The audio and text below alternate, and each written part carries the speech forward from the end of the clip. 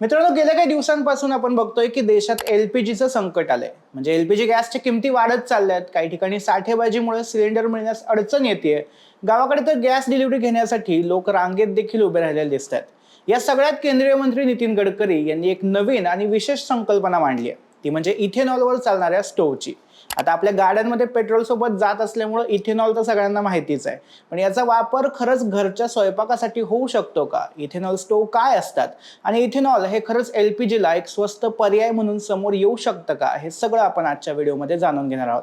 पण व्हिडिओला सुरुवात करण्यापूर्वी नेहमी सांगतो तसं चॅनलला सबस्क्राईब करून घ्या. मी सुदेश आणि तुम्ही पाहताय टेक भारी. इथेनॉल स्टोव्ह हे काय प्रकरण आहे त्याच्या नावातच कळते. असा स्टोव्ह ज्यात इंधन म्हणून एलपीजी किंवा रॉकेल ऐवजी इथेनॉल वापरलं जातं. इथेनॉल म्हणजे इथाईल अल्कोहोल. ऊसाचा रस, ज्वारी, मका अशा कृषी पदार्थांपासून हे तयार होतं. इथेनॉल जळताना धूर किंवा काजळी निर्माण करत नाही, त्यामुळे ते पर्यावरणासाठी देखील चांगलं मानलं जातं. आणि म्हणूनच सध्या भारतात पेट्रोलमध्ये 20% इथेनॉल कंपल्सरी करण्यात आले. आता हेच इथेनॉल स्वयंपाकासाठी देखील वापरता येईल असं गडकरी म्हणालेत. नागपुरातील एका कार्यक्रमात त्यांनी सांगितलं की फक्त 60% इथेनॉल पाण्यात मिसळून इथेनॉल स्टोव्हमध्ये वापरलं तरी स्वयंपाक होईल एवढी ज्योत निर्माण होते. आणि हे व्यावसायिक सिलेंडरपेक्षा खूप स्वस्त पडतं. बरं, हे तंत्रज्ञान पूर्णपणे स्वदेशी असल्याचंही त्यांनी अधोरेखित केलं. पण 60% इथेनॉलचा दावा खरंच बरोबर आहे का? जगभरात केलेल्या इथेनॉल स्टोअरच्या संशोधनांमध्ये आतापर्यंत असं दिसून आलंय की साध्या ज्वलनासाठी किमान 40 ते 50% इथेनॉलची आवश्यकता असते. तर स्वयंपाकासाठी पुरेशी आणि कन्सिस्टंट उष्णता द्यायची असेल तर किमान 50 ते 60% कॉन्सन्ट्रेशन असलेलं इथेनॉल मिश्रण आवश्यक आहे.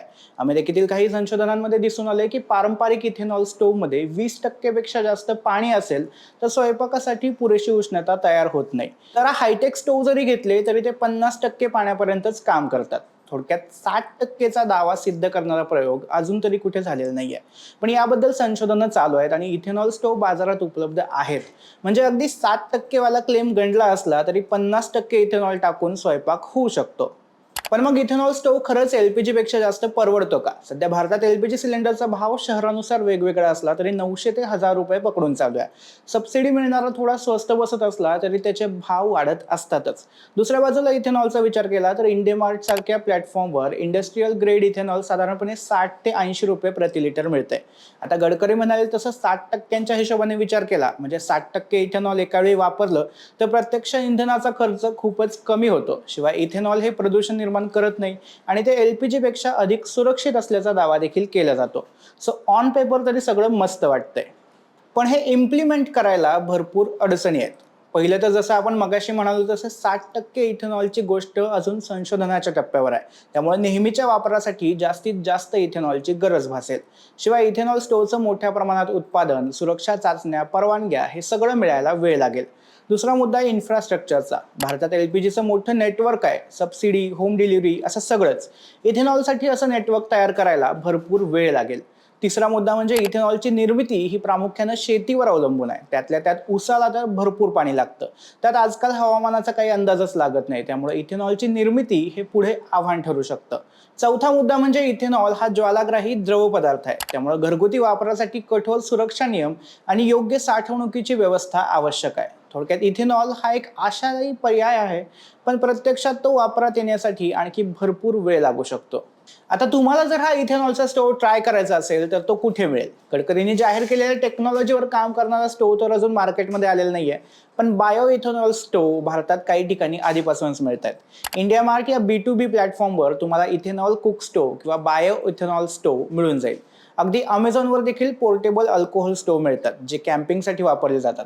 हे छोटे स्टोव्ह इथेनॉलवरच चालतात. फ्लिपकार्टवर देखील बायो इथेनॉल स्टोव्ह किंवा अल्कोहोल बर्नर स्टोव्ह असं सर्च केलं की तुम्हाला या स्टोव्हचे पर्याय दिसतील. आता स्टोव्ह तर घेतला, पण त्यात टाकायला इथेनॉल कुठून घ्याल? सध्या भारतात इथेनॉल हे थेट ग्राहकांना उपलब्ध नाहीये. मात्र काही ऑप्शन्स आहेत. इंडिया मार्ट किंवा ट्रेड इंडिया यासारख्या B2B प्लॅटफॉर्मवरून तुम्हाला इंडस्ट्रियल ग्रेड इथेनॉल 60 ते 80 रुपये लिटर किमतीला मिळू शकतं. शिवाय छोट्या पोर्टेबल स्टोव्हसाठी डिनेचर्ड इथेनॉल हे रासायनिक दुकानांमध्ये किंवा ऑनलाईन मिळू शकतं. सो बेसिकली इथेनॉल स्टोव्ह हा एक आशादायक, स्वदेशी आणि पर्यावरणपूरक पर्याय आहे. खर्चाच्या दृष्टीने देखील तो एलपीजी पेक्षा फायद्याचाच ठरू शकतो. मात्र एलपीजी सारखं नेटवर्क उभारायला भरपूर वेळ आणि खर्च लागणार आहे. त्यामुळे आत्ता तरी इथेनॉल स्टोव्ह एलपीजीची जागा घेऊ शकत नाही. बाकी कॅम्पिंगसाठी तुम्ही छोटा स्टोव्ह आरामात घेऊ शकता, पण रोजच्या स्वयंपाकासाठी आत्ता तरी हा परवडणारा ऑप्शन नाहीये.